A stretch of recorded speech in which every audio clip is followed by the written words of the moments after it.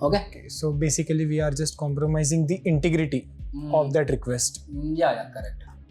And why we are able to do that? Because the HTTP protocol, basically HTTP protocol don't check the signature of the authentication request. That's why we are able to perform this attack.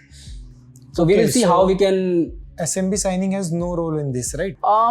So SMB signing can prevent relay attacks, but in our scenario, since we are sending it to HTTP protocol, the SMB signing doesn't have a role in this particular relay attack. Okay. So hey, now we have the certificate of the domain controller. What we can do with this certificate? Basically, we can ask for the TGT or the ticket granted ticket from the domain controller. Okay. So let's do that. So again, we are going to use certify tool. Certify auth. We will send the PFX file, which is this. I am bad in typing, so that's why I use copy paste. And it is less prone to error. And then we will just give the DC IP, which is the IP of the domain controller, which is present at this address. Okay. Still you are getting the wrong IP, I think. Yeah, again. So 10.11.15.40, that's the IP address of the domain controller. This is the parent domain controller. Okay. So one thing, I think audience might have a question that the CA is already running on a domain controller. Why you can just tell the same certificate authority or the same domain controller, the child domain controller on which the certificate authority is running. So why you cannot just ask that domain controller to give their authentication and then relay it back to the same domain controller? The audience might have this question. Okay. So this was a vulnerability earlier. Okay. So that's called reflection attack, if I am not wrong. But Microsoft have patched it. So basically, you cannot relay authentication from a computer and relay it back to the same computer. Okay. So that's why we need an environment in which the CA should be present on a different computer and the domain controller should be a different computer. Okay. That's why the relaying will work. Otherwise, it will not work. Okay. That's why we are using the CA, which is the domain controller, which is child domain controller, and we are coercing authentication of the parent domain controller, and we are getting the certificate.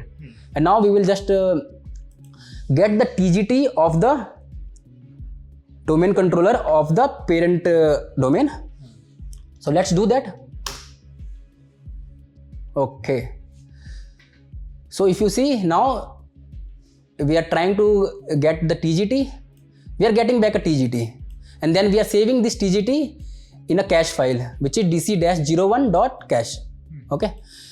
And now we are performing unpack the hash attack to basically get the NTLM hash of the domain controller. So can you please explain what do you mean by unpacked hash? Okay. So, okay, let me just explain to the audience what is unpack the hash attack is. So basically, let's say suppose we already have a certificate, and using that certificate we can use pkinit to authenticate to the domain. So pkinit is the public key infrastructure for initial authentication. It is just an extension of Kerberos. So it allows us to, certificates. It allows asymmetric cryptographic to authenticate to the domain. Basically using public and using certificates, we can authenticate. Instead of a symmetric key like user password, we are using a certificate to authenticate to the domain controller or to the domain. Okay. So what happens when we are specifying?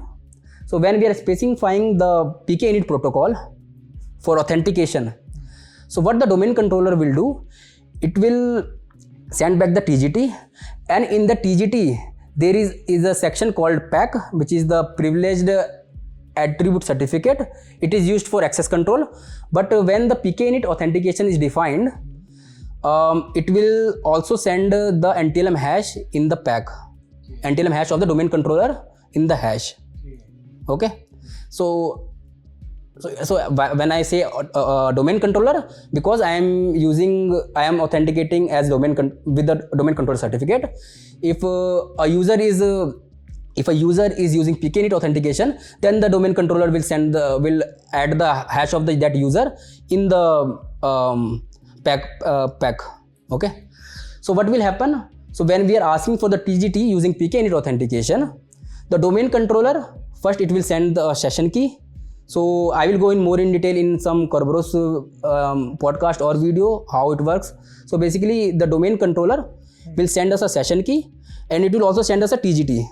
And in that TGT, we have, as I told you, in the TGT we have a pack file, or you can say that. And in that pack file we have the NT hash of the domain controller.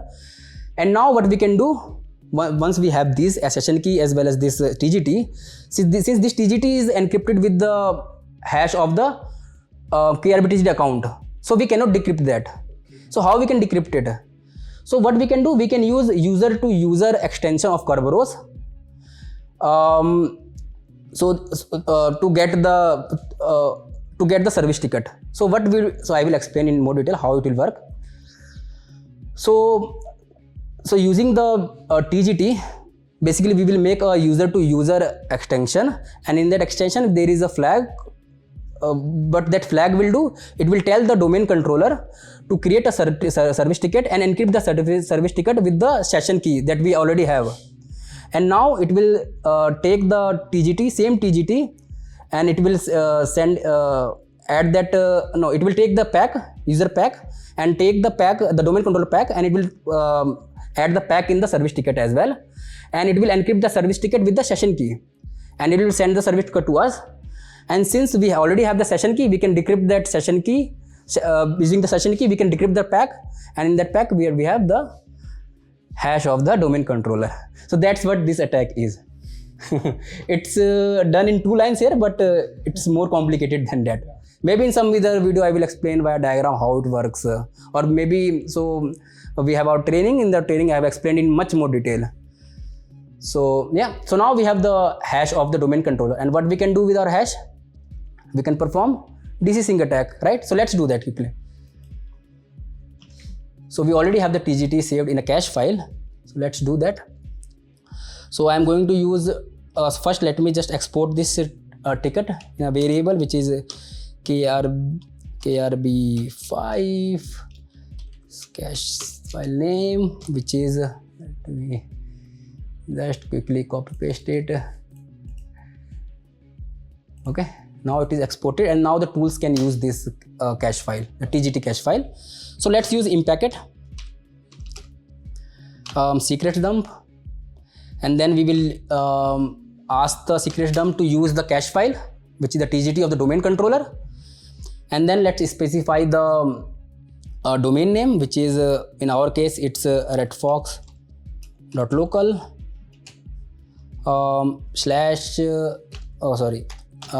name of the user in our case is DC-01, and I think at the rate IP address of the domain controller, which is 10.11.15.40. Okay, now let's run this. It's asking for password, but since we are using cache file, we don't require any password, and we are getting some error. Let's try to fix that. Let me see whether the name of the domain is correct here.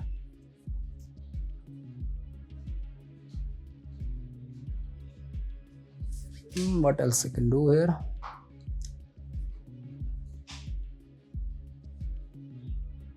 I think this is correct. KRB5 CC name equals to DC cache file.